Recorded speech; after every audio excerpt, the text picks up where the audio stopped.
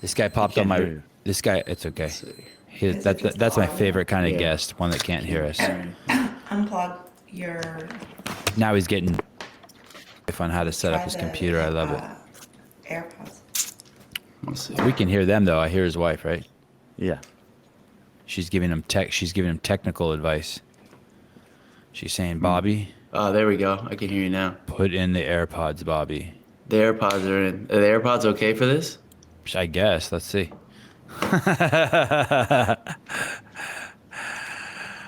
Looks better than these. These are my son's like school headphones. Bobby, How we- you've how we recovered. how You've we sound? recovered. You sound great. You sound great, especially after losing Whitney. You seem like Man, you're 3 seconds into it, we got Bobby Brown jokes. you seem like you're in a good headspace. Yeah, man. Let's see. Let me turn that up. I know she was the breadwinner. You were screwed on your original contract. You were screwed on your Man, original we're right music into the contract. Bobby Brown jokes. That's the story of my life. How does someone get the last name Brown? Do you know the origins of your name? I don't. Just my dad, Harry T. Brown. Ask me again, I'll knock you down. That was my dad's saying. I think that's the origin, and that's all I really know about it. Thank you for your service in the United States Marine Corps. Very cool that you did that. Thanks, man. Appreciate it. You were in the graduating class of 2011, is that right? You became a Marine in 2011? No, 2001. Oh. 2001. Why do I think? Oh, maybe I read it wrong. Yeah, no, 2001. I graduated high school 2001, and in June, and then shipped out about 2-3 weeks later. Skipped my summer vacation, which was a big mistake, and reported right down to Paris Island. And yeah, actually I was in Paris Island during 9/11. So that altered the course of my enlistment pretty quickly. So. Bobby, I'm Sevan, and this is Brian Friend, the astute and intelligent What's up, and Brian? Morning. soft. Yeah, you knew there was more coming. Soft-spoken, yet easily Handsome. heard, handsome. CrossFit coach. Nice to meet you. You Nice too. to meet you, Brian. Why did you go into the Marine Corps? Was your dad in the Marines? Wait, hold on. Siri's over here acting up. That was weird. All right.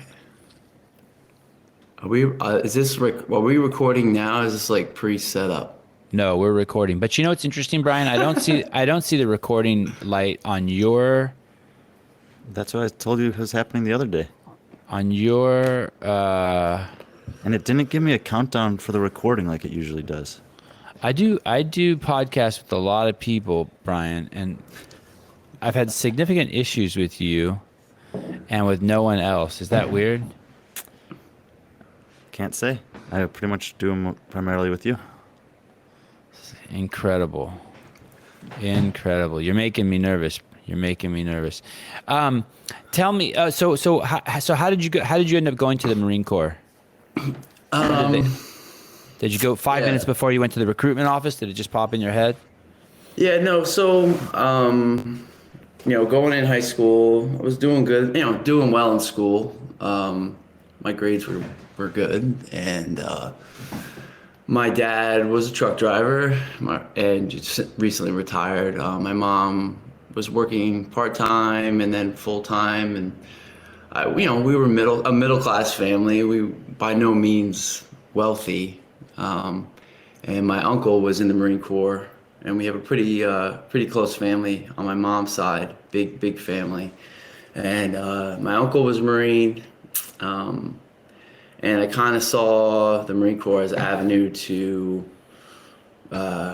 do something for the country, for myself, take care of school, and do a bunch of things, right? So obviously the plan coming out of high school was, all right, I'll join the Marine Corps and I'll go to school while I'm in the Marine Corps. Obviously there was peacetime when I enlisted. And like I said, that changed pretty dramatically when I was in boot camp. So for me, it was a way of taking a burden off my parents, not having to worry about paying for school for me, and I could do it myself. Um, and yeah, that was one of my bigger motivations. But you know, it just it seemed like an honorable thing to do. And if I had to pick a branch, it was going to be the Marine Corps. It was, like I said, my uncle was a Marine. They seemed like the baddest and the best, and that's what I wanted to do. Why did it take a burden off of your family? Do you get to go to college for free once you're a Marine? Yeah, so I mean, you have the GI Bill, and it would allow me. The plan was to go to school while I was in my enlisted years, and that did not happen. I ended up being deployed twice, and then I ended up using the GI Bill when I got out of the Marine Corps. Did my 2 years of school prior to joining the police academy. So it worked out in the long run. Just the pace was a little bit different. And you said you were deployed. And where were you deployed? What happened once you enlisted? So after I enlisted, we're getting through basic, 3 months in Paris Island, and I would say, September 11th, I was still down in basic. We were getting close to the end, and September 11th happens, but it was very surreal for us because we were there, but not privy to what happened. So there's no TV, there's no newspaper, you're not hooked up to anything, so you're just there. And I remember like the drill instructors were all like on like high energy mode and just saying things to us that morning, like, hey, this is real now. Everything's changed, everything's different. And that night they pulled us aside in the squad bay in our barracks, and first they started off with, who's from the tri-state area. New York. That's New York, right? Okay. Yeah, New York, New Jersey, Connecticut. So we're like raising our hands. And then they said, does anyone have any family or loved ones that works, in New York City? And then, a couple people were like, I know somebody. And they pulled everyone aside and, just checking to make sure who we got, and then they broke the news to us.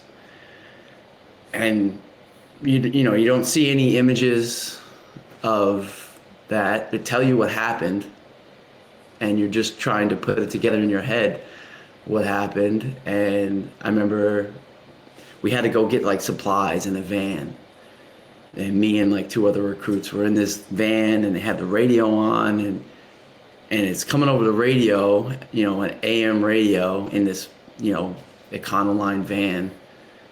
And even then, still, you're formulating this visual of that in your head. And then I remember the next day they showed us a newspaper. That was the first images you saw of it, and it was like, whoa.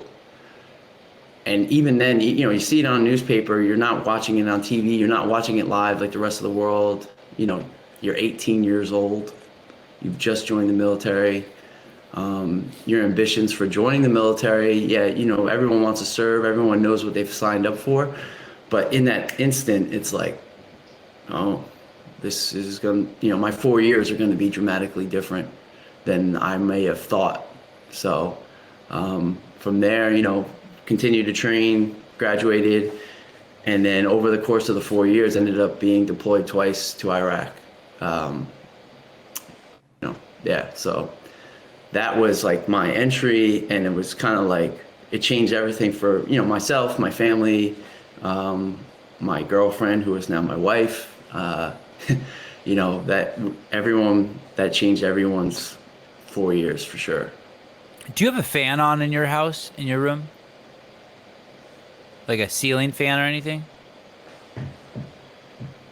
Do you hear that, Brian? Yeah. That's a laptop. Oh, the fan from the laptop? Yeah. So be it. It's not bad. It's not bad. It's not bad. It'd probably kick off. That means your Hopefully. stories have to be twice as good for people to tolerate that. So, So you enter the military. 9/11 happens, and you're off to Iraq. Did you at that time? Did you have an idea that you wanted to be a police officer? Yeah, so I mean, my plan kind of, my young adult plan was like, all right, I'll do the military. I'll see how that goes, and I'll be able to, do some school. And my other uncle, not the Marine, my uncle Matt, was a state trooper. And growing up, he was kind of, he wasn't kind of, he was like my idol. My mom comes from a family of 9 brothers and sisters.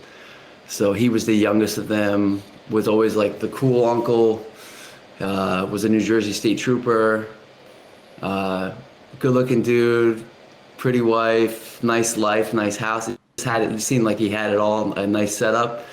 And I was like, yeah, I always wanted to be like my Uncle Matt. So my original plan was I wanted to be a state trooper. When I ended up getting out, the Marine Corps, state troopers weren't hiring. It's all about timing with a lot of those things. And I had a friend of his was a detective at Franklin, and that's my hometown. This is where I grew up, in Franklin Township, where I currently work. And he said, hey, why don't you go sit down with, Detective Culligan. He can show you around the PD and hopefully talk you into joining, getting involved with them. And so he kind of swayed me that day. And I ended up having to go to, it's called like the alternate route program. So you sign up for the police academy without a job. You graduate the academy, you pay your own way, which I was able to use my GI Bill for that. And then you interview with police departments upon graduation. So I was able to I wanted to go to Franklin. That was the only place I really, in the area that I knew I wanted to work. Obviously I would have taken a job anywhere, but I interviewed there and got hired. So I've been there since. So you you've been there since when? 2007 I got hired, right after the academy. So you patrol the streets you grew up on? Yep. Yeah, so, like I said, Franklin Township is my hometown. I came back, when I got out of the service, I was living here, going to school at a community college, moved back in with my girlfriend, Allison, like I said, my now wife.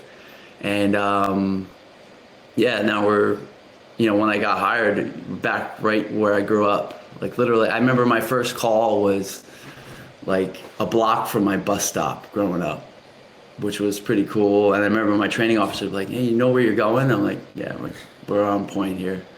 I know exactly where I am. So that made things pretty easy. So the city that you grew up in as a young man, throwing rocks at stop signs and drag racing your friends, you now yes. Patrol those streets. That's amazing. What a great story, and the community's lucky to have you, because obviously you have insights into the community that. Yeah, I feel like that story used to happen a lot more, and it's pretty rare this time period. Yeah, I mean, I think it happens probably more in some smaller towns. We actually have I don't want to quote myself on number, I think about 5 or 6 guys who are currently from Franklin working in Franklin. So we do have, I'm not the only one in Franklin Township who grew up in Franklin. We have, we're about 105-man department, which is a bigger suburban department. We're not a big city. So we do have a lot of officers, and like I said, we have, all through the ranks, probably 5 or 6 officers who grew up, went through the Franklin school system, that work for Franklin Township. So it's pretty cool. I used to live in Berkeley, California, and the police would come to the neighborhood, and they would have these, I forget what they were called, community outreach programs or community discussion programs or whatever. And basically we would meet at one of the neighbors' house, and the 20 of us would be stuffed in there. That's when I knew I was old, when I started attending events like that. And we'd all be stuffed in someone's living room, and a police officer would come, and we would just ask them a bunch of questions about the neighborhood. And the police officer said something very interesting to me. He said that, I forget how many people were on the force. It was a lot. I want to say 200. I could be wrong. And he said only 2 of the guys actually lived in Berkeley, and everyone else commuted there because they couldn't afford to live there. Mm-hmm. And the 2 guys that lived there were going to retire like in the next year or two. Is that an issue in your community? Is there housing that you can purchase on a police officer's salary? Oh yeah, I mean, I think I might be the only one. There's that out of those guys that grew up here, I think I might be the only one that still lives here in Franklin Township. Everyone else generally lives rather close. We elected to stay here in Franklin. I mean, my parents are still in town. My in-laws live in town. I have a lot of roots here. It just made sense for us, and we've always liked living here in Franklin. A couple guys have moved out, and they live further south, closer to the shore, for different reasons. Whatever the case may be for them, it works out better. But I live literally 7 minutes from headquarters, which I've always liked. It's a quick commute, more time at home, and yeah, I've never had any kind of issues with it. Some guys are like, has it ever posed a problem for you? I'm like, no. People see me in town. They see me at the grocery store. They see me wherever, out with kids, at a restaurant, getting ice cream or whatever. Are there people in town that used to call you Bobby that now call you officer? No, not really. I mean, no, no. They pretty much know Bobby. I think some people are a little tripped out sometimes when they see me, especially after they see me for the first time. They haven't seen me in a while.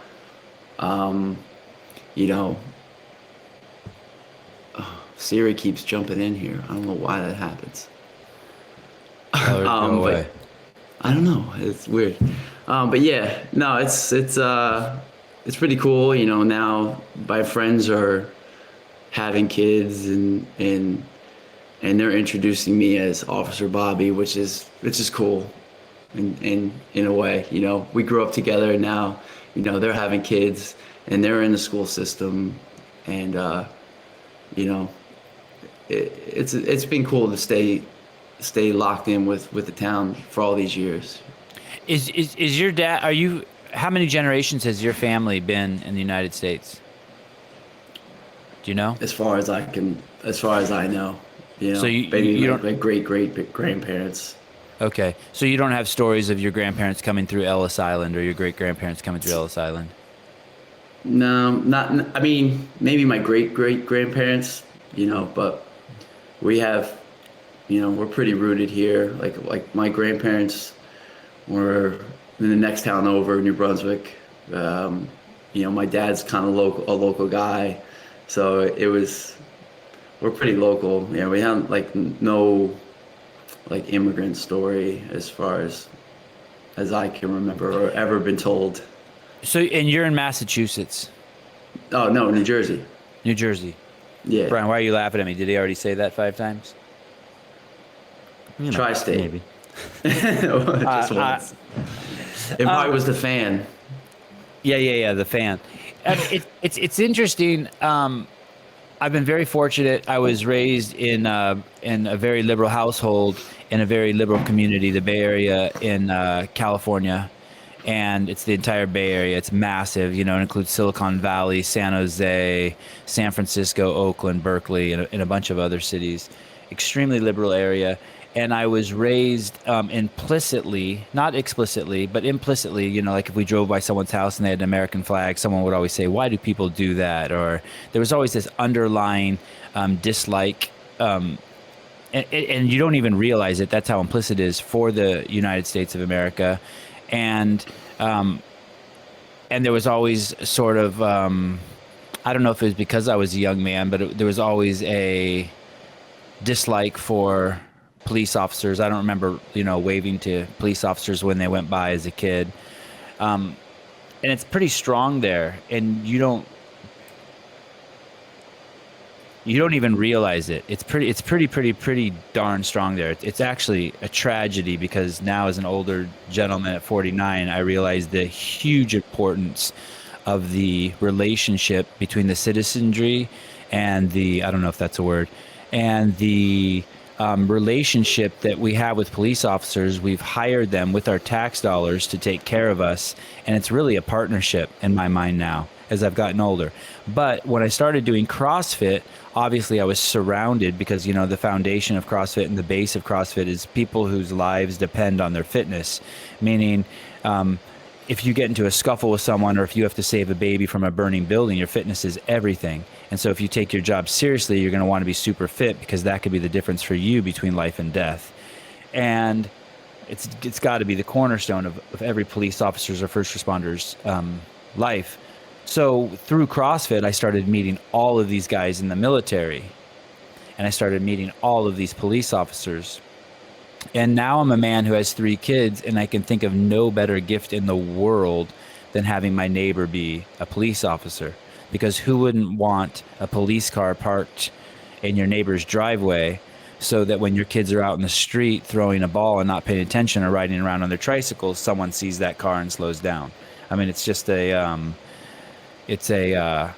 in general, and now I know a lot of police officers, and obviously my perspective is completely changed, right? I can't have my judgments and my perceptions, because I know them, and they're just people like anybody. And it's been a fascinating journey and transformation for me. Very, very subtle, all of it, but not profound on the same level. Super profound, because some of the most subtle things in our life impact us obviously the most, right? It was deep in there. It was deep in there. And I don't know how that's going to change. Unfortunately, one of the ways, or fortunately, I think, and I don't know how it would happen, but one of the ways is people need to have be friends with police officers. If that's not your profession, you should have a police officer in your cadre of friends, someone who comes over to your house, someone who your kids play with. Like if you're I would implore anyone, if you're at your kid's sporting event, or you find a police officer who also takes their kid to your kid's preschool, reach out to that guy or that woman and befriend them. It will change your perspective, and you'll be contributing to your community, because it's also good for the police officer. Because they are also, just like if you work at Apple, all your friends work at Apple. If you're a police officer, you're more likely to have all your friends being police officers. So I just wanted to get that out there as a really important point on how people can contribute to humanity and civilization as a whole. It's really important to interact with our first responders. Do you have friends? Go ahead. Sorry. No, and I think it's important for us to go the other way too. Basic training, they tell you, develop friendships outside of the police department. You don't want to be like the cop that only associates with other cops, and I feel like, although I do have some very close friendships from my agency and other agencies, the bulk of my close friends and relationships are not police officers. And through CrossFit, a lot of them are from my gym, the gyms I've worked at over the years, and our garage gym crew when we first got started. Those are like my lifelong friends who aren't police officers, and have 9-to-5s, or business owners, or investment bankers, whatever. It's refreshing to not always be talking police stuff, and talk like people, and get perspectives from other people, other walks of life, hear their stories, hear their ideas on things. They listen to my stuff, bounce it back and forth. They get to see, they ask questions. We go from what's going on with me to what's going on with them and get some dialogue going. Dude, you're exactly right. CrossFit's a great spot. If you don't know how you're ever going to meet a police officer, the only 3 gyms that I've ever like been a regular member at have all had at least one police officer that was a member there. And at the one I coach at now, the guy who's a cop, he's one of the original members from the gym from when it opened in 2012 or 13. And I mean, he'll have conversations with everyone at the gym like a normal dude, but he's also, available if you need him. And I had an incident where I needed some advice from a police officer over the summer, and he was like more than willing to talk to me, and give me some advice. And it's just a really nice thing to know someone who's in that profession, because the perspective is very different than someone who isn't. Is that the first cop you've ever met, Brian? Is that the first one you've ever been friends with, or no? I've known him for 8 years. Minimal interactions for a lot of those years, but he's a friend of mine now. But no, I think I've had some police friends before that. Where did you meet them? Well, one of them was actually Besides in jail. One of them was he was a police officer in the town I grew up in, actually. And then as I became an adult, I did some volunteering at the elementary school I went to, including like this outdoor education trip that he was on. He was one of the chaperones as well, and so I got to know him that way.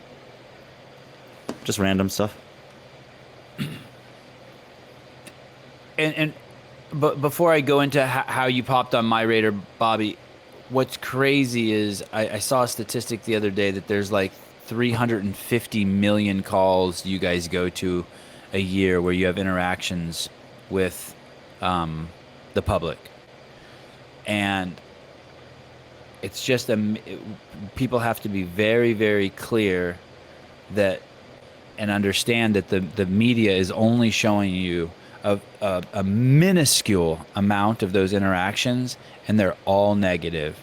And that is a tragedy. I know people like bad stories, that they're exciting, but there's a lot of really cool good stories out there that the media could also use that would also be great for clickbait. And they should flip the script on that, because as a society we have to view this as a partnership. We have to support them, because attacking them does no good. It's not good for them. It's not good for us. It's a mistake.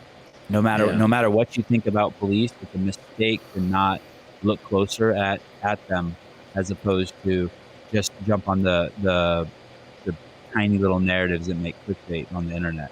It's absurd, actually. Yeah, I mean, I think you can liken it to a weather report. No one ever gets excited. Hey, it's another beautiful day, right? Or it's sunny again, right? Oh, it's 65 degrees, sunny, no clouds. Like, no one gets excited for that. Hurricane comes around, we got 24-hour coverage, and we're going to talk about the devastation and all the bad things that are going to come with this hurricane, right? But the next week and a half where there's not a cloud in the sky, weather's not really a topic of discussion. So, and it's something that's well known in our world on the police side, and again, it's something very similar to the military. You kind of sign up for that, knowing that built in that you're going to be held to the highest standard. You're going to be expected to do the right things and do a good job, and you're not always going to get a pat on the back for doing that. But sometimes people are going to be quick to judge when anything goes wrong or is perceived to have gone wrong. So when a lot of stuff's going on in the world right now, my main focus and from my friends and my colleagues is just to continue to do the right thing, lead by example, and just try to just keep marching forward and doing the right thing. It's really all you can do. I try not to get the negative stuff weighing me down and just keep charging. Just try to be a good example. Go out there, handle your stuff, and do right by people. And I think with that kind of attitude, you really can't go wrong. And I guess that can be said for about anything you do in your life.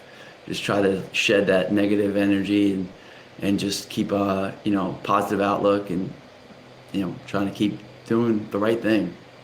Sevan, I feel like you're about to switch to the fitness topic, but I was just thinking No, about go that guy that I knew from that trip with my elementary school. Uh-huh. I don't think I ever even realized this until just now, but he totally changed my perspective about police officers because he taught me that they actually have personality. He was one of these guys. I mean, we're on a trip with 5th grade kids, and he was the guy who, when the kids were out doing their activities all day, he'd put a fake vomit in the girls' bathroom back at the bunk, and then they'd see it and they'd all scream and whatever, or we'd be listening to someone give a tutorial, and he'd all of a sudden go, "Oh my God!" and he'd run into the woods, and he'd like pretend like he was chasing an animal, and he'd come out holding this squirrel. It was a fake squirrel, and he was just, bringing joy to the kids and changing up the environment. And it completely flipped my mentality when I had interactions with police officers that maybe I wasn't choosing to have. When I used to get pulled over, the speeding ticket or ran a red light or, didn't stop at a stop sign, whatever, these small little things, and a cop would pull me over, I used to be bitter immediately. And now when I get pulled over, and I don't think I ever realized that guy flipped the switch for me. Now I'm still not happy to get pulled over, but I also recognize that maybe the cop's not that happy they have to pull me over. And so I'll just have a conversation with them. And I was wondering, Bobby, because I've never really asked any police officer this before, but if you interact with a person, even if you have to write them a ticket or whatever, how much does it affect your job if that person's just like, if you can actually sense empathy or sympathy from them if they say to you like, "Hey man, I know it's tough for you to have to do this, whatever, but how's your day going?" Something like that. Yeah, I mean, when I would say this, I'll speak for myself. When I was a patrol officer, and doing things like the car stops on a regular basis, and enforcing speeding violations, the nuts and bolts of a patrol shift. I was never a big fan of issuing a summons or tickets. It's just not something that, it affects your day, right? Especially as a person, right? The ticket, it's a fine. It involves, you going to court. So, hey, sometimes they need to be issued. They have to be issued. If something is egregious, you try to feel it out with people. I always gave the benefit of the doubt, try to hear what's going on. Why are we driving so fast? What's going on with them? Try to have a dialogue, while you're there at the car. I mean, I've given more than my fair share of like warnings. Hey, let's get this right and maybe stop this and send you on your way. Not many police officers go to work I shouldn't say, none of the police officers I know go to work going, "I can't wait to hand out summonses," or Today I'm going to set a record. I'm going to give 200 speeding tickets. No one's Yeah. doing that. All the officers that I know, we're regular people just like everyone else. So we want to have a good day at work. Go to work, come home safely. Obviously, number one, serve the public, help people out. If a bad guy's got to go to jail, he got to go to jail. It's part of the business that we're in. But no one's hoping to go there and mix it up, right? No one's looking for that, at least from my years of experience, I don't know anyone who goes in looking for a rough day, right? So, I don't know, when people, sometimes we hear that, "Oh, this cop had it out for me," and I doubt it. They have a job. We have a job to do. Making stops is part of that job. Going to calls. We're responding to calls. We're responding to things that are happening. often, sometimes you do see things and you have to act, but for the most part, you're responding to something that's already occurring. It's already started. And now you're kind of thrown into that situation. Now you're the mediator. You're the one that has to either figure this out, end it, come to some kind of conclusion. So, like I said, most guys are coming to work hoping that get a nice quiet day on the radio. Everyone's driving smooth. There's no car accidents, and you come back home. I mean, that's the hope. At least from my years, I always hope, hey, a nice day, boom, come home, great, so. I lived in this small town with 20,000 students called Isla Vista, California, and every week, I forget, there was like 1 to 3 DUI arrests every week in that town. It was just a college town, super densely populated on the edge of the North American continent, right on the Pacific Ocean. And as a young man, it's, hey, avoid the cops at all costs because you don't want to get a DUI.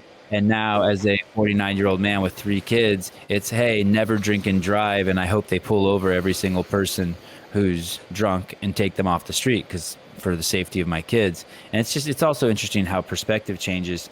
But what you were saying, I just had a friend the other day tell me, who's a police officer, that he was on the freeway and someone blew by him doing 80, and he just pulled up next to him and looked at him and kind of like shook his head, and the guy immediately slowed down, gave him the thumbs up, and kept driving. Like, yeah, I get it. And I've had police officers do that to me, California Highway Patrol, pull up next to me when I'm speeding on the freeway, turn on their microphone and be like, hey, man, you got to slow down. I'm like, yes, sir. And it's like, that being said, my cheesy advice to all police officers, and I'm just one guy, but at any time, if once you have kids, it doesn't matter how much you like or dislike someone. If they're nice to your kids, everything changes. All of a sudden you're like, that's a good person, And so every time a police officer gives my kids a sticker, and my kids completely fucking lose their shit and are so excited to get a sticker. I have 2 4-year-olds and a 6-year-old. Man, it like that one little gesture from officers, and they do it a lot in my town, is keeps me on the cop loving train. I mean, it's just great. You just want people to be nice to your kids. And going back to what you were saying, Brian, I had to have I don't know what it's called, but it's one of the guys you bend over and the doctor sticks the finger in your ass. And I remember thinking prior to going into the appointment, I don't want to have this finger in my ass. I don't want to have this finger in my ass. And then right before he sticks it in, I'm like, this fucking guy doesn't want, I feel sorry for this guy. I just flipped the story in my head. This poor guy has to stick his finger in my ass. And everything got better. Like, I was like, oh man, this sucks for him. I thought I had it bad.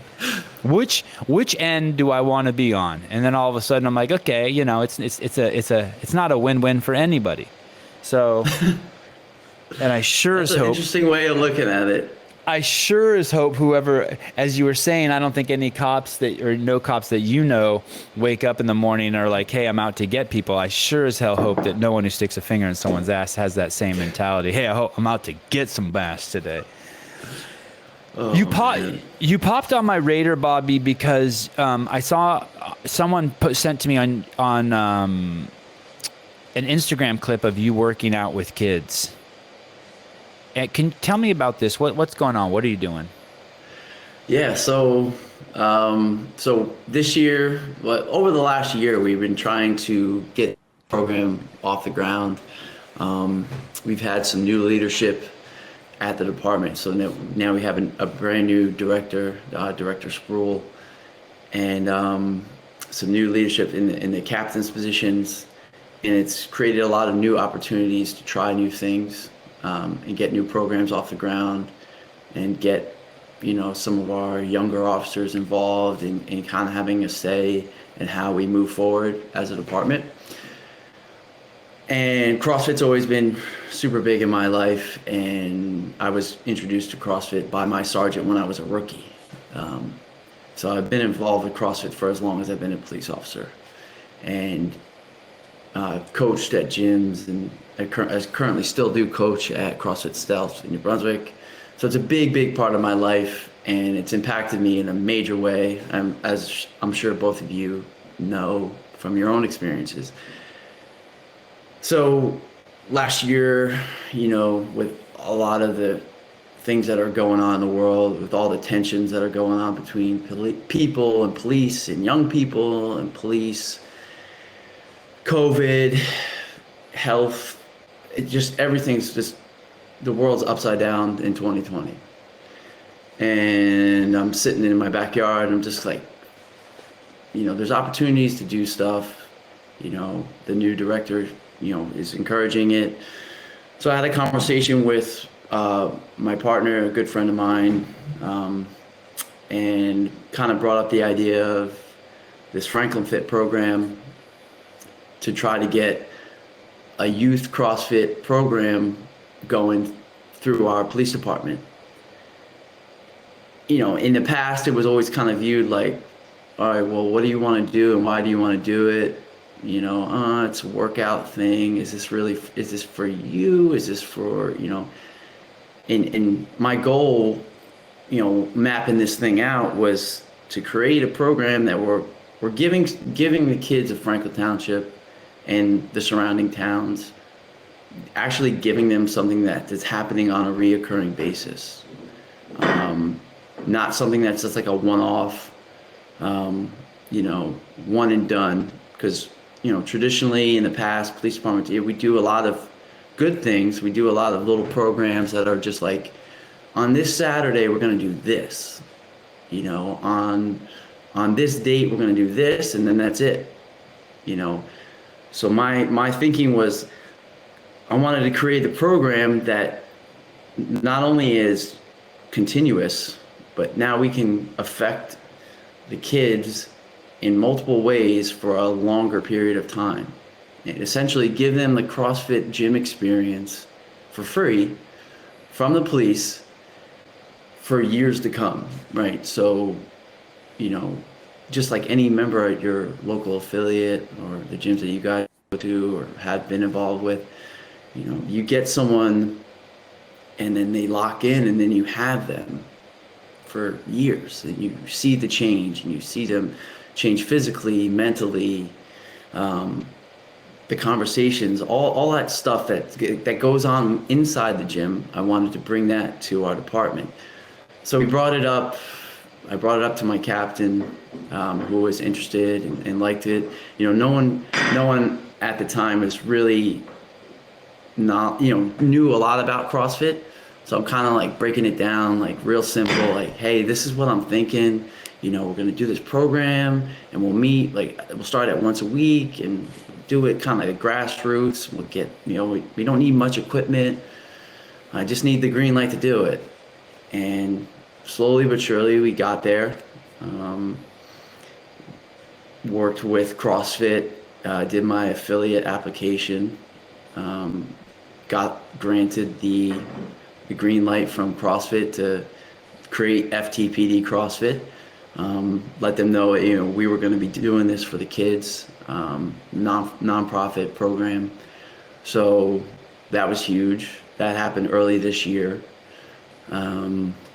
which I was just completely gassed up about. And then, I had been building this, on paper and mapping it out for people and explaining it to people, what I was trying to do, how I was trying to do it. And then I think it was like the second week in April, we had our first class. We had a donation from one of our citizens. We had a baseline of gear, and we started outside working with seventh grade to high school, through high school. That's the target that we're shooting for, at least for now. We had 14 kids come to our first class, I believe. And we worked out, right? We had some, and I structured it just like our CrossFit classes at Stealth. We started off with the question of the day, kind of breaks the ice. That's something that I grabbed from our gym that we do every day, is a question of the day. So right off the bat, these kids, not only are they kind of coming into a new setting, they're with the police. They're at our community relations building. It's like a new place to them. They're doing something new. It's CrossFit's new. But right off the bat, we want to open it up with, tell me something about you. What's your name? who's your favorite athlete? That was the week 1 question of the day. Got some surprising answers. We had a Larry Bird. A 14-year-old kid told me Larry Bird. I was like, man, all right. Dang. So right off the bat, like the first 10, 20 minutes of class, we're talking about athletes together with, a 38-year-old, and a 14-year-old, and the other coaches we're all just kind of talking about, who our favorite athlete is. Breaks the ice. All right, here's what we're going to do today. Run down the class schedule. Like, this is what we're going to do. Warm up, work out, have some fun, sweat a little bit, cool back down, and send them off their way. And the first class was great. And then right off the bat, I'm like, did they have fun? Week 2, they all come back. I got shirts for them. I had these shirts done. My buddy John from Stealth. Those are sweet shirts. Those are sweet Yeah, we shirts. had them. Thank you. Respect and props to John. He designed these for us. And we got them made. I got them made for all the kids that came out for the first week. So right off the bat, they're getting a class, they're getting a shirt. You're on a team. You're on our team. The coach is wearing the same shirt as the athlete.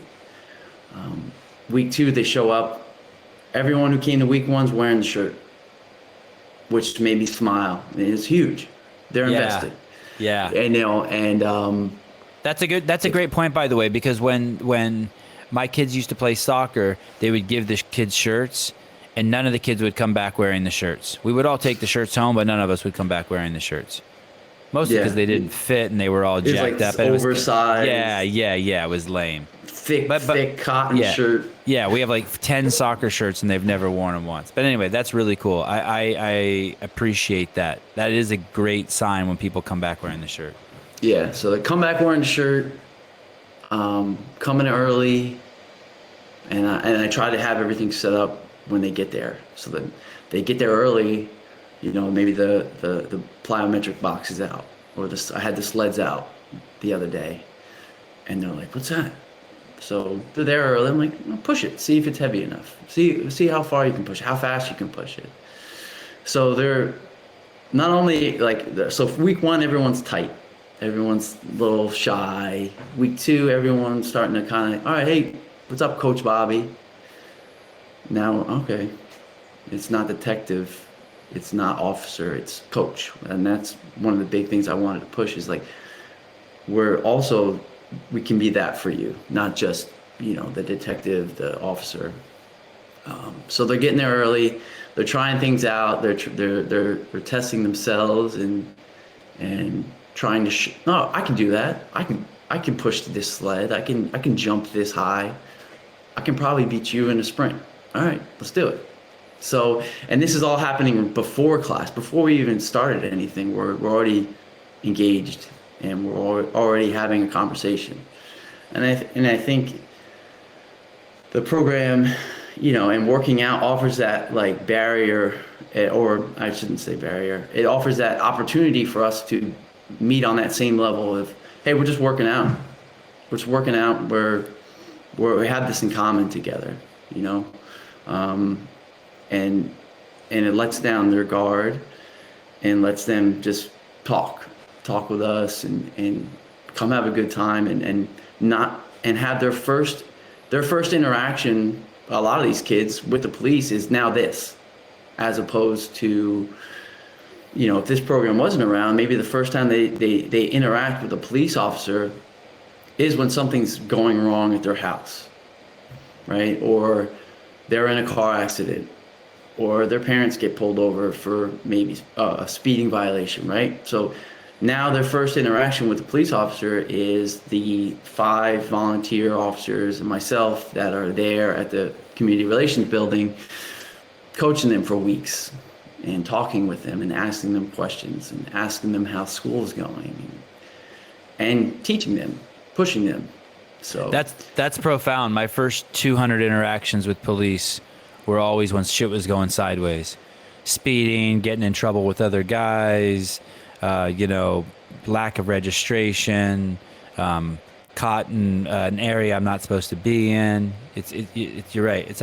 And if I probably would have met a police officer beforehand, I would have thought twice about that, because it would have given me some accountability and some a reality to the situation, to who they are, what they do. Or it might even just create conversations between the kids and the parents. Yeah. Hey, that was a police officer? Is that like the same guy as Coach Bobby? You know? And then it just have the conversation. Oh yeah, he's like Coach Bobby, whatever. And the parents can, and it opens up an opportunity for them to talk to their kids about, yeah, and when Coach Bobby's not working with you guys, he's doing stuff like this to keep the community safe or whatever. And you won't be and if you know that if you're training with Coach Bobby during the day, you're not at night breaking into the school. You know, most likely not. Because you have accountability. Because you have accountability. Yeah. Right. And I don't mean that in a malicious way. I was a good kid, but that was something we did every weekend. We broke into the high school gymnasium and we hung out in there, me and my friends, you know? Mm-hmm. I don't know why, but we did it. Yeah, and I think, you know, like having the opportunity, like these kids are rocking with us, right? It's a team thing. You know, like I'll be coaching the class, and then I have, you know, the other officers that are coming out and volunteering their time. You know, they're involved in the workout. We had, even just like yesterday, we had our fourth week. We had a class, and our captain came out, he's OG. He used to work out here at our garage gym, and he's been pretty busy. So this was his first week coming to train, and we had an odd number of kids, so he jumped in and he was partnered up with a 15-year-old kid, and they're doing this partner workout back and forth, right? So we're working together, and now like I said, we're on the same team. You know, we're peers in that moment on the partner workout, especially, right? The last thing that kid's probably thinking about is, this guy is the captain at the police department. No, he's just your workout partner, right? The only thing that kid's thinking about is, I gotta go as soon as he's done doing his work, you know? Right. As soon as he's done with the push-ups, I gotta run. So it seems like, you know, I've explained it to friends, sometimes it seems like too good to be true, but it is that simple, that I feel like this working out together, this program, it creates just so many opportunities to just change the relationship, probably forever for these kids. You know, anyone who's involved, and for the police officers. You see two guys get in the ring at the UFC. For those of you who don't understand exactly what it's like to work out with other people, and I don't mean it's your Golds or your Planet Fitness, but I'm talking about the CrossFit. You see guys in the UFC and they hate each other, and there've been the weeks of buildup of them talking shit, and after 5 rounds they're hugging and holding each other's faces and they kiss each other, and you're like, holy shit, what's going on? And the audience at that point is a little bit alienated. They know that something's going on, but they don't get it. If you want to taste a little bit of that, that is what happens in a CrossFit gym. Now, I can't say it's at the level of trying to beat the shit out of someone, and then at the end, you guys are in your own special club, right? The two of you were in the ring. But it's one of those things that every single person who does CrossFit trips on. Someone who you hadn't talked to the entire class and you had no plans on talking to, the second the workout is over, there's a moment there where you guys are best friends. Holy shit, that was hard. I mean, it's the only person around who you can now have a conversation or a discourse with about that nightmare that you just went through. And you guys have both come out on the other side better people. So it's not just a police officer coming to your classroom. It's not even close. I'm not saying that that's bad or not effective, but it's not even in the same universe is what Bobby's doing, bringing kids together and having them do some shared suffering with police officers. It puts everyone on the same field. Everyone who did 100 burpees is now equal. That shared experience is that's the bond, is the shared experience, because otherwise it's me talking to you with nothing. There's no commonality. Just the training is what. You know, I've been using the hashtag on the post, United by Fitness, and that really is the unifying commonality. It's the workout. the showing up, training together, trying to improve yourself, whether you're, you know, an older officer or a young one of our young athletes, everyone's there with the same goal. And, especially when you can do that, you're out of breath, that you're lost in that workout for however long it is. And at the end of the class, we've done it together. And, you're definitely, I can see the light in their eyes and the light bulb, that it's going off.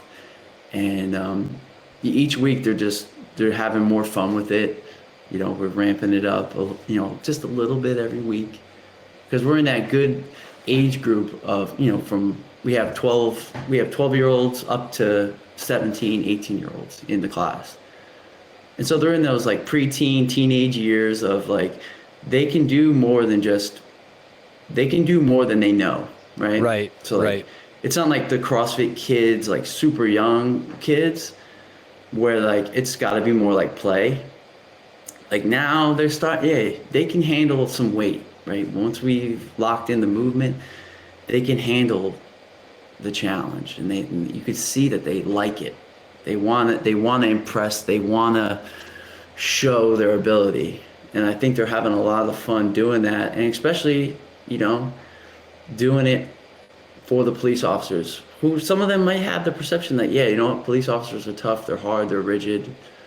And now it's their chance to show us that they can be tough too, right? That they can be strong, they can be fast, they can lift things, they can jump on things.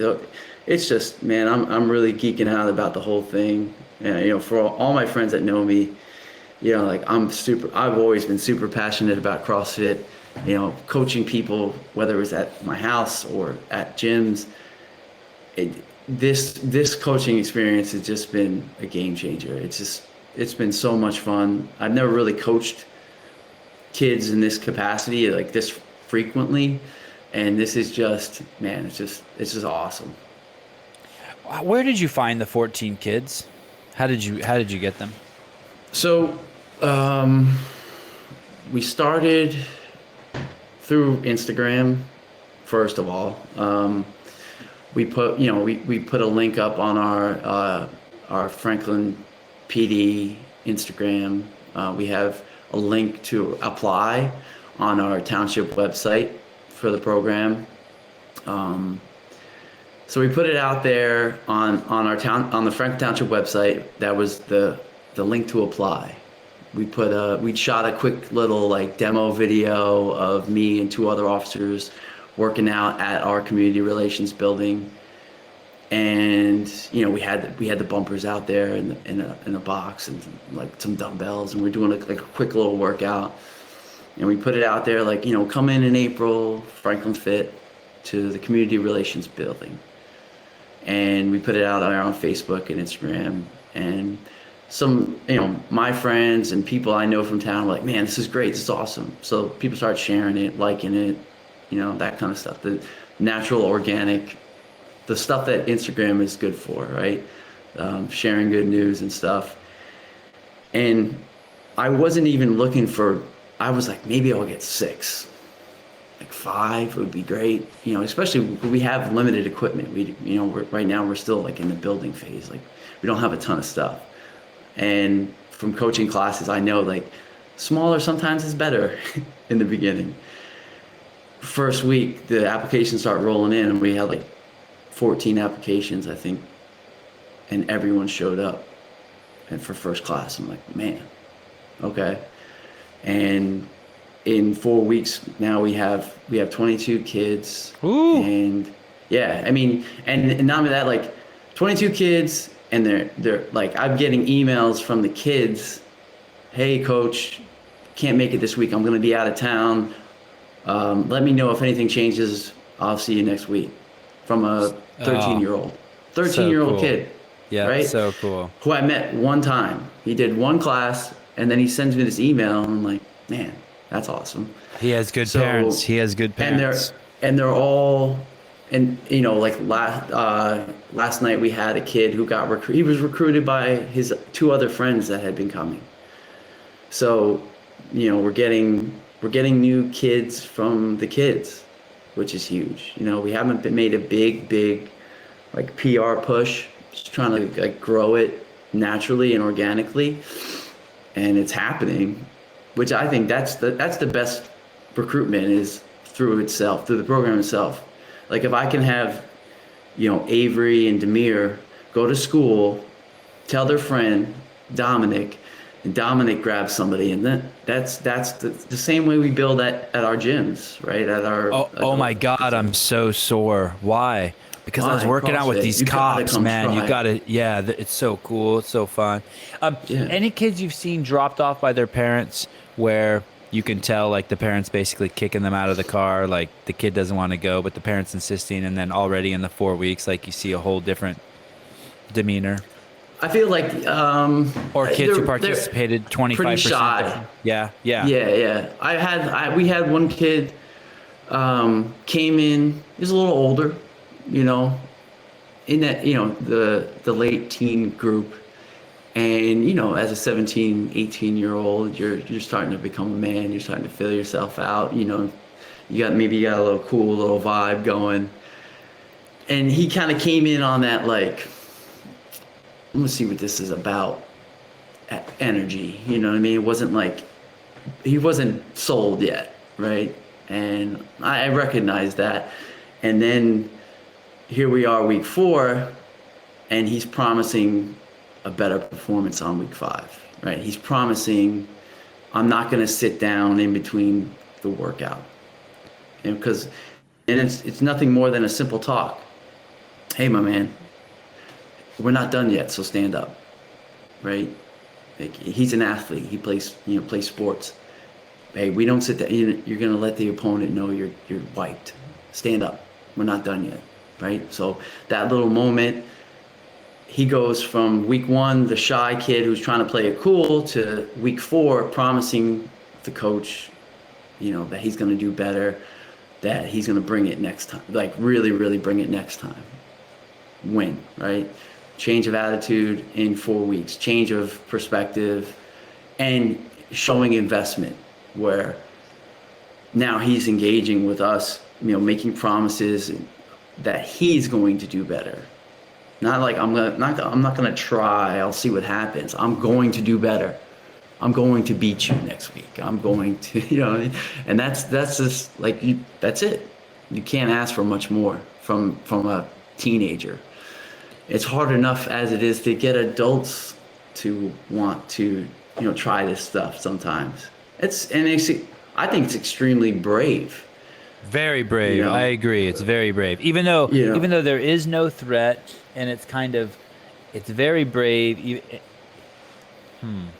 It's an interesting thing because there's nothing to fear, and yet it's still very, very brave. I agree 100%. You said something there about how you said stand up. We're not done yet, and it's a very interesting. And you probably know this with parenting. It's a very fine line. I see parents who think they're helping their kids often, but they're really disrespecting their kids, because one of the ways we respect each other is to hold other people up to a standard, to a level. And it's okay if they fail and they don't reach it, but we have to respect people and give them the opportunity to shine and not coddle them. Now, that doesn't mean to be abusive to them, but there is all my kids' martial arts instructors, when in the private lessons, the kid will be, okay, my kids will be like, it's 8:30, class is over. The teacher will always say to them, do you have one more in you? And I love that, because there's a respect there to the kids that you're challenging them, but you're also empowering them, but you're letting them know, I believe in you. I know we've been hitting the bags for 30 minutes and you're exhausted, but do you have one more? And it's that kind of belief in each other and that kind of respect runs rampant in the CrossFit community. You know, Yeah. the worst thing I heard someone say to my wife one time. I was watching her work out at her affiliate, and I heard one of her partners say, "Hey, let's not keep count." And I was that really bummed me out. You know what I mean? Because it was It's like, just, yeah. Let's you're mail not it in. you're not being a good partner. If you want to sandbag it, fine. If you don't, if you, but don't put that on your partner. As your partner, you have to show up. You have to. There'll be plenty of time to be weak the second the clock stops. Right? There'll be plenty of time. So I really like that.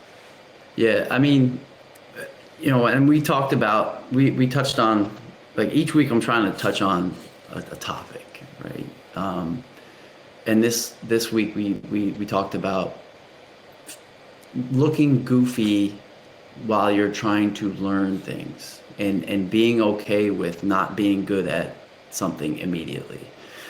I feel oftentimes everything is about, it's okay. Well, and it's okay. And I was trying to tell them, it's okay to not be good at this right now. We're just starting. We're scratching the surface. I want you to come in with an attitude that you're learning, and it's okay to mess this up. We will fix it. We will make you realize what you're doing wrong, and we'll make it better. I'm going to show you, you're going to do it, right? My coaching style is a bit of a, I've always kind of had like a detached feeling. Like when I come into the gym, I like a little bit of edge, right? I like it to be a little nasty, a little gritty. I'm trying to tell him, this week, that when you come here, I want you to like flip that switch. It's time to train. It's time let's get nasty. Let's work, right?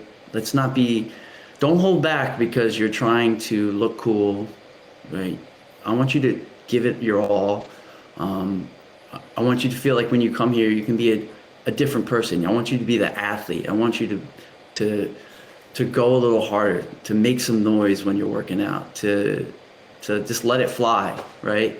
And I think that's important because not every place that kids go to wants that, right? I want you to go. Let me see what you got. And then we can go from there. They want to be challenged. They can take it. They like it. And I think when class is over, it's something they can be proud of. I did that, right? I did CrossFit. I pushed that sled. They show up, I had the bumpers on the sled.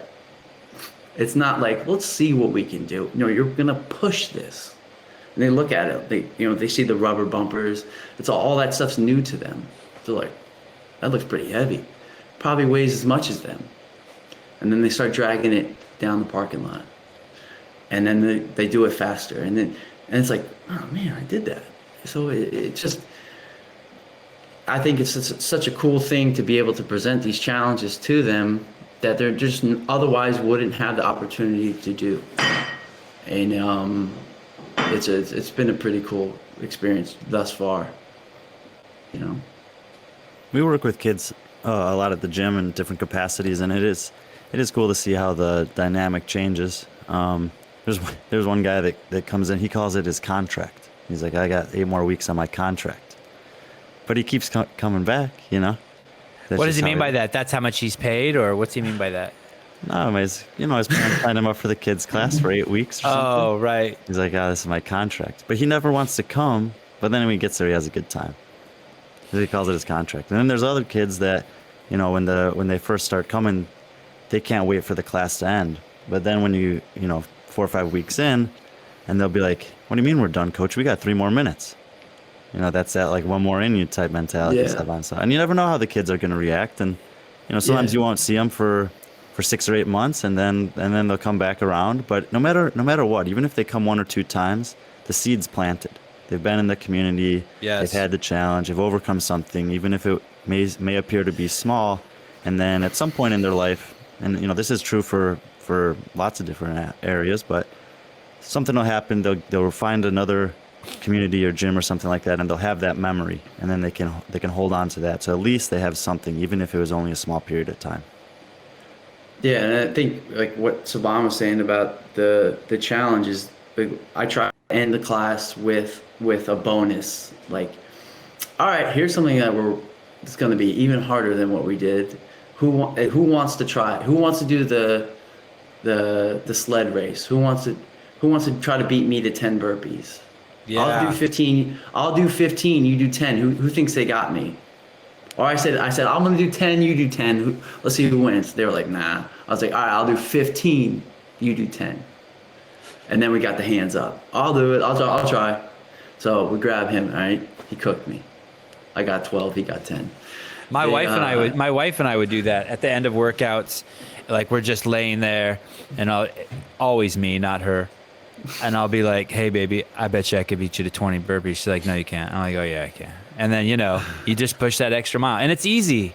But you already put in the work. You're warmed up. You might as well just give one more shot and wound yourself. I did that to my son the other day.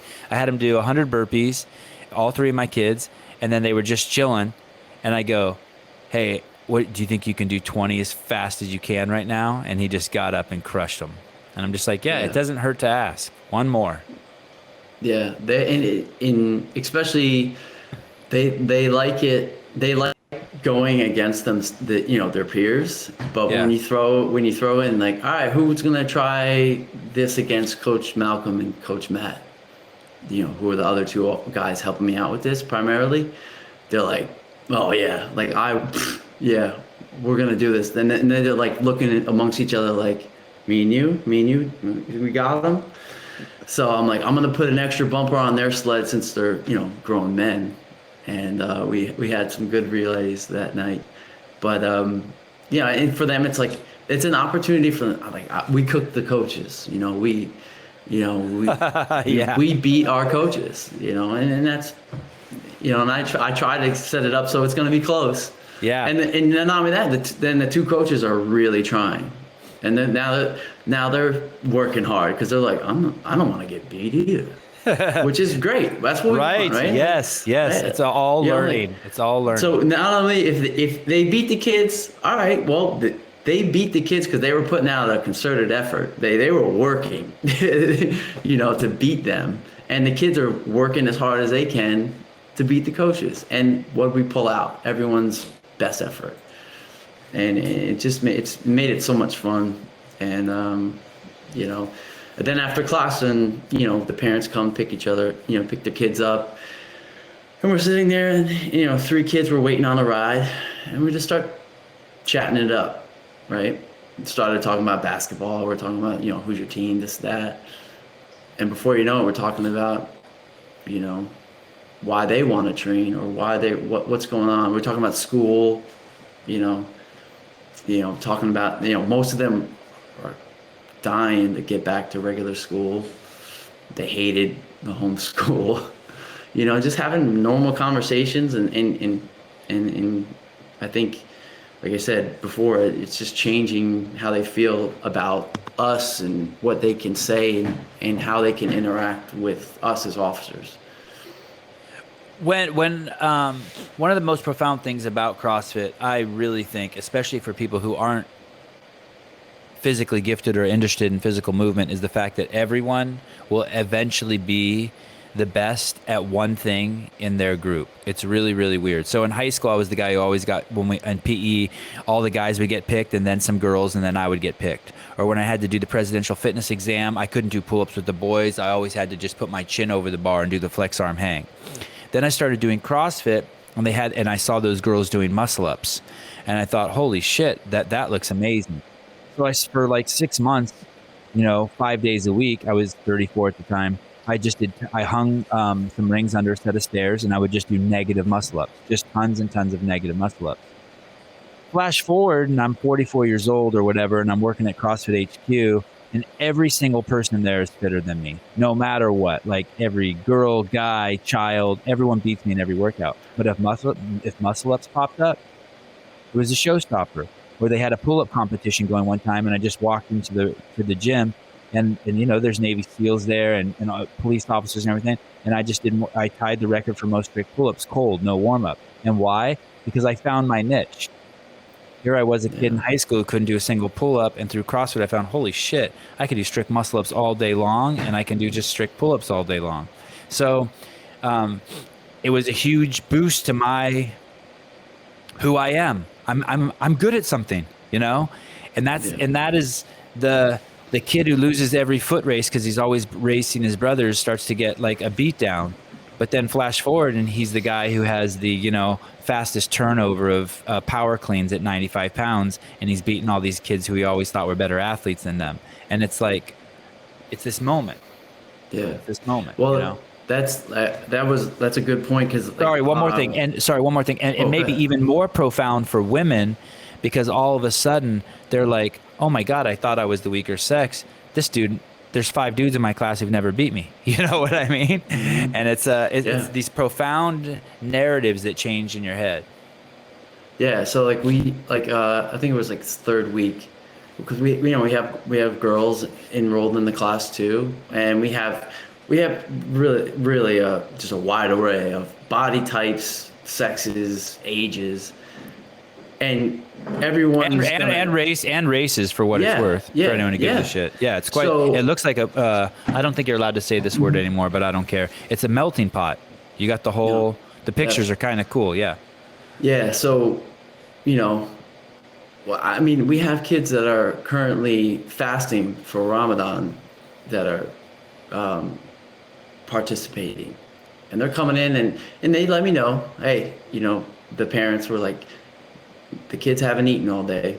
They might get a little lightheaded, to just, keep an eye on them and, just, make sure they're all right. And each week they've come and they've trained, and I can see that they're kind of, maybe they're bonking a little bit. They're tired. You can tell it's getting close to the end of the day. And we, at the end of week 3, I made it clear. I say, hey, we're just gonna give a round of applause for these 2 guys. It's a brother sister. I'm like, for 3 weeks, now 4, they've come, they've trained, they haven't said a peep about not eating all day, and doing it for for religious purposes, and we applaud. I said, let's give a round of applause for these 2 for coming and doing all this, but having not eaten all day. Well deserved. So, which is a well-deserved round of applause for those 2. It also kind of lets everyone know that they're going through something that's different than what we know it to be normal. And then, like, hey, you know what? It makes them tougher in the eyes of maybe the kids who may have beaten them in the workout or did a little better because they're on a full tank of food, right? Or they're, maybe just happen to be just stronger athletes. Now they can have that respect and knowledge that, hey, you know what? That's pretty cool that these 2 are showing up and doing what they're doing while fasted. And then what I try to do is also like set up the workout kind of like the grid league. Like, I made 2 teams. We made a heavy sled. There was a sprint portion for the team. There's a burpee portion. There's a box jump portion. I was like, I need 2 athletes from each team to be this. I need 2 sled people. I need 2 runners. I need 2 burpee people. I need 2 jumpers. So amongst yourselves, your 2 teams, figure out who's doing what. Who's your fastest runner? Who's your heavy hitter for the sled? Who's your burpee guy? Who can crank these burpees out? And my cat's pushing that. So they've come together. All right, you do the sled. You 2 do the burpees, and I'll do the box jumps. So not only is it a chance, like I said, we talk about finding that niche, what works, like where can they be the superstar for that moment? Yeah, maybe they were getting their butt kicked on the sled. They're not great at jumping, but they can run, right? So they're going to be the runners. They'll be the strong link for the team as the runner. Maybe the big fella can't run that fast, but he can put that weight behind the sled. So those little opportunities allow for the specialists to kind of come out, and that's fun too.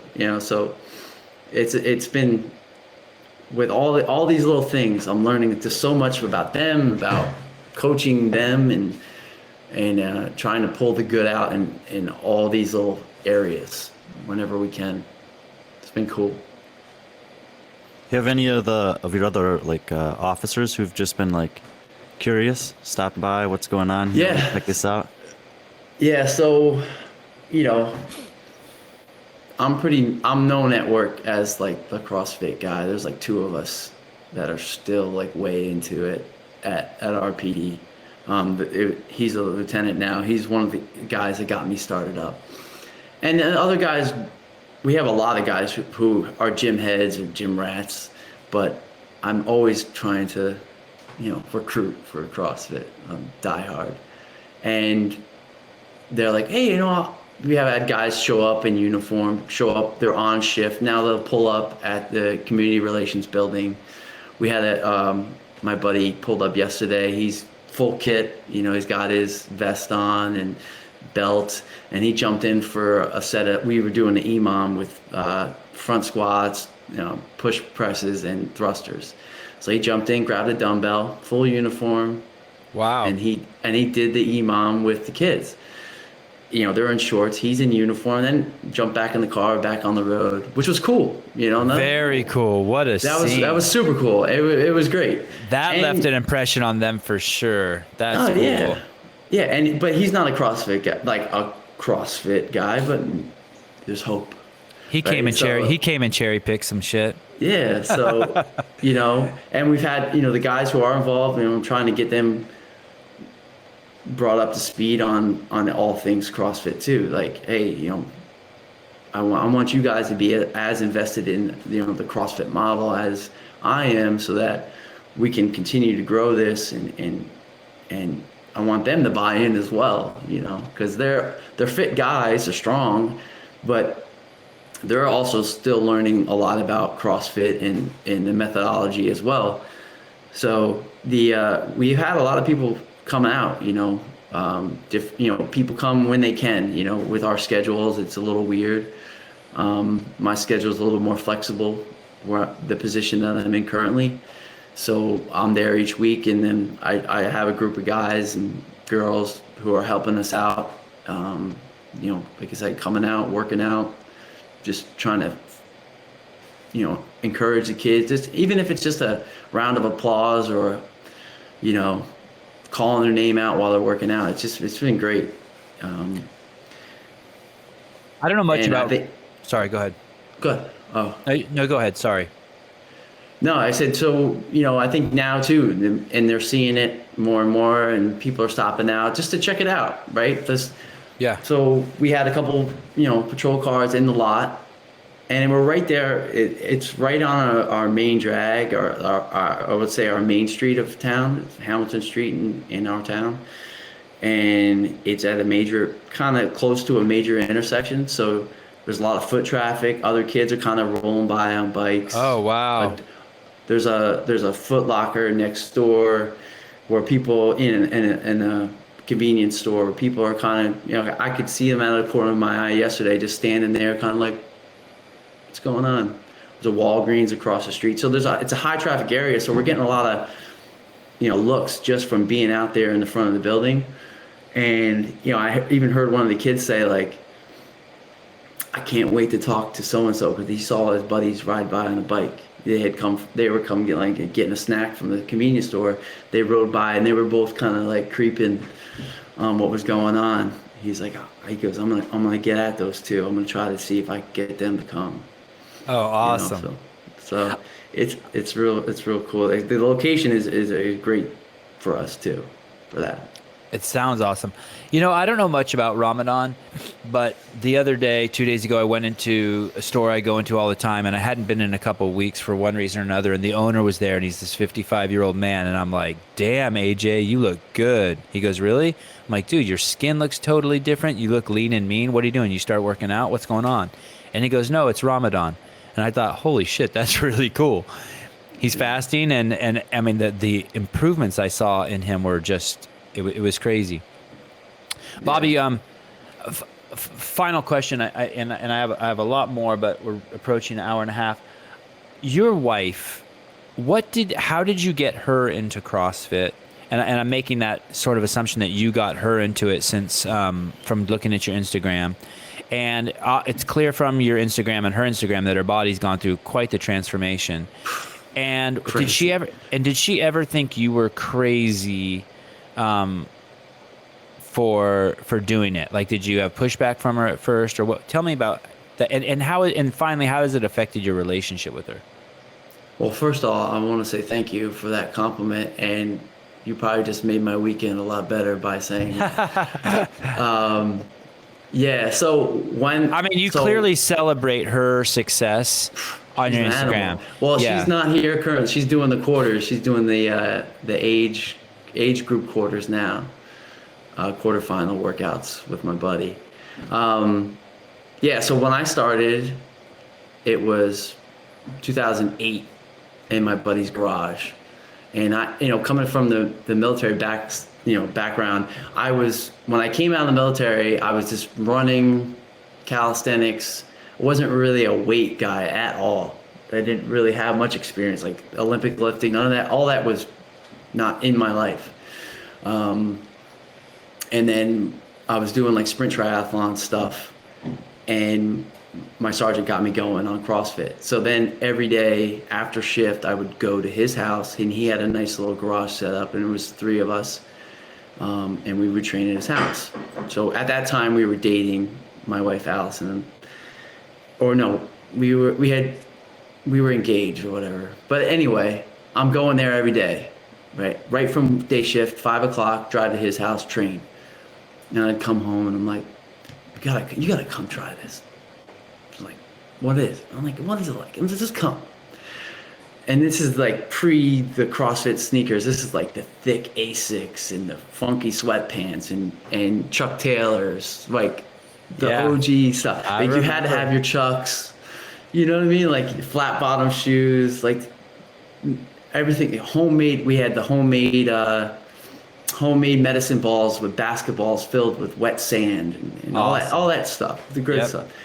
So she comes out, and she'll self-admittedly say, like, oh yeah, I was the skinny girl. Like, she would run on the treadmill for an hour and a half and do a little bit of weight, but never was she swam. We both swam in high school. She's a really good swimmer.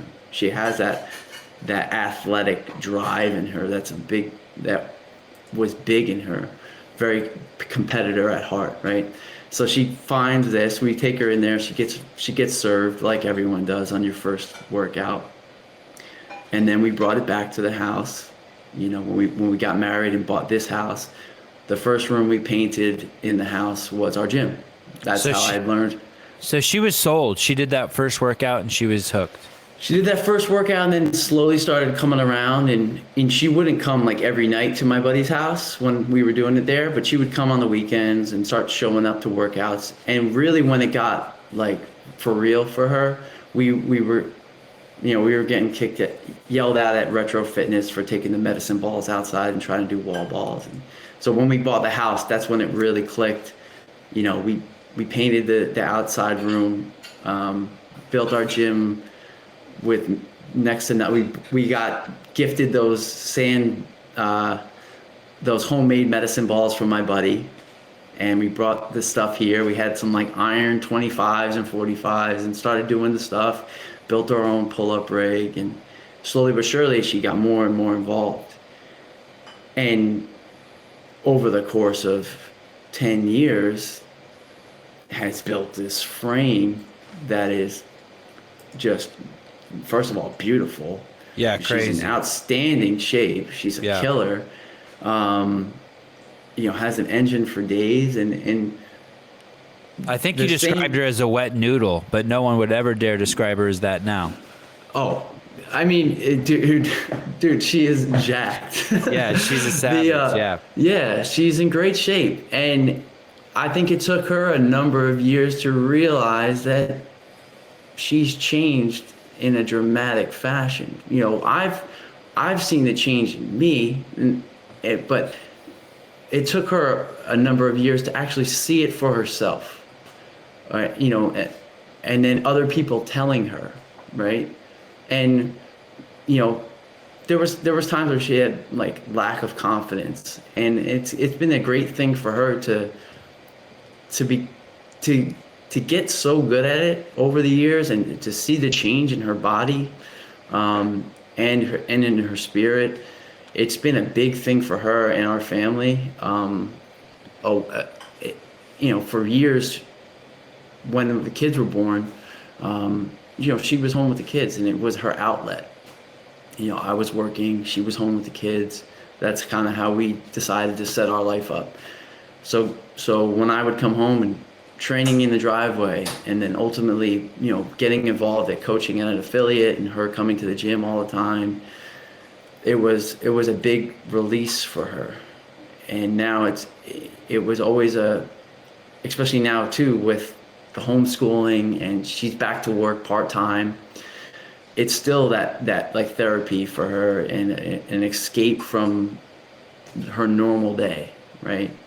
A chance to push herself. So the same thing that we're promoting with the kids, it's the same thing we do for us as adults. It's our chance to play, our chance to shine, our chance to perform, and do it for all sorts of different reasons. I don't know if it's an escape from her normal day. I think she's just gotten so used to it. It's part of her normal day now. It's different than everything else. Right? Yeah. But at the same time, it's like, we're here at the house, right? So I'm sitting at my dining room, and the current setup is this. My wife works at the dining room table. The kids, my one kid is in the computer room. My other kid's set up downstairs when we're doing the homeschooling. And for her, it's like, I'm gonna go to the 9:30 class in the morning. It's my hour out of the house, especially with everybody home. It is a big part of her day, but it's my I know what you athlete mean. time. Yes, You know what I mean? yes. All your And she looks attention forward goes to on it. yourself. Yeah. Yeah, but yeah, she's crushing it, and I'm sure she's killing it today. There's some Yeah. dramatic changes. So if you go way back, I can't remember if it's her Instagram or your Instagram. I can't remember. I think maybe she does a snatch, and she's at the bottom, and you're telling her to stand up. And when she stands up, you're watching that, and you're like, man, that is a really skinny chick. How is she doing that? Yeah. Like, and it's her early years. And then now you see her, and you're right. She's a force to be reckoned with. You see her, and the weights aren't throwing her around. She's throwing the weights around. Yeah. It's an awesome it's an awesome transformation. What's up? Why are you getting all why? You're that proud of her, or was she on her deathbed and you saved her, or are you just that proud of her? No, I mean, I am. No, I am that proud of her. And Yeah.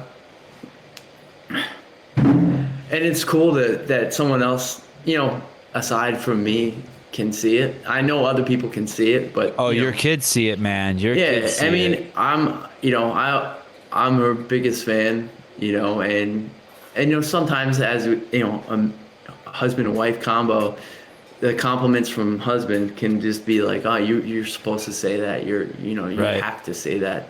I try to. I'm saying it because it's the damn truth.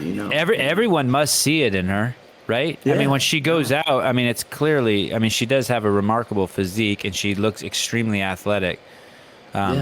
People must say to her, when my wife started CrossFit, Well, go ahead. it didn't take long at all before all of a sudden, especially if you're a lean woman to start with, but if the second you start working out, people will start saying stuff. Hey, what's going on with your shoulders? What's going on with your arms? Hey, what do you do? I mean, she must get questioned a lot, right? If she wears a tank top out. We'll be out, and they'll be like, People be what staring gym at do her. you go to? Yeah, Are you a yeah. trainer? She gets, are you a trainer a lot? Yeah. That's Yeah. the ultimate compliment. No one's ever said that to me, but I can't wait. Yeah. I've got to know where do you work out, and that's nice. But if you're a trainer, are you a trainer? That's when you look like something that belongs on TV. Yeah, she's a walking billboard for Yeah. for our gym, and it's like I said,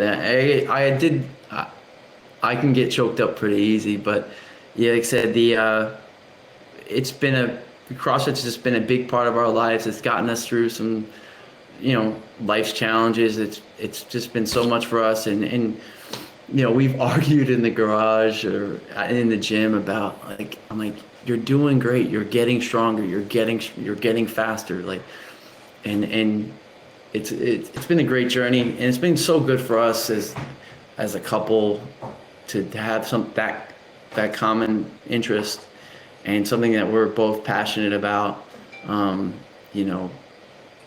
Sometimes she can be a little hard to coach. I think anyone who coaches their spouse can probably agree to that. But it is a lot of fun. It's been great for our marriage, great for our health and fitness, and it's a big part of our lives. Whether we're in the gym or at home, how we prepare food for our kids. It's just our normal life.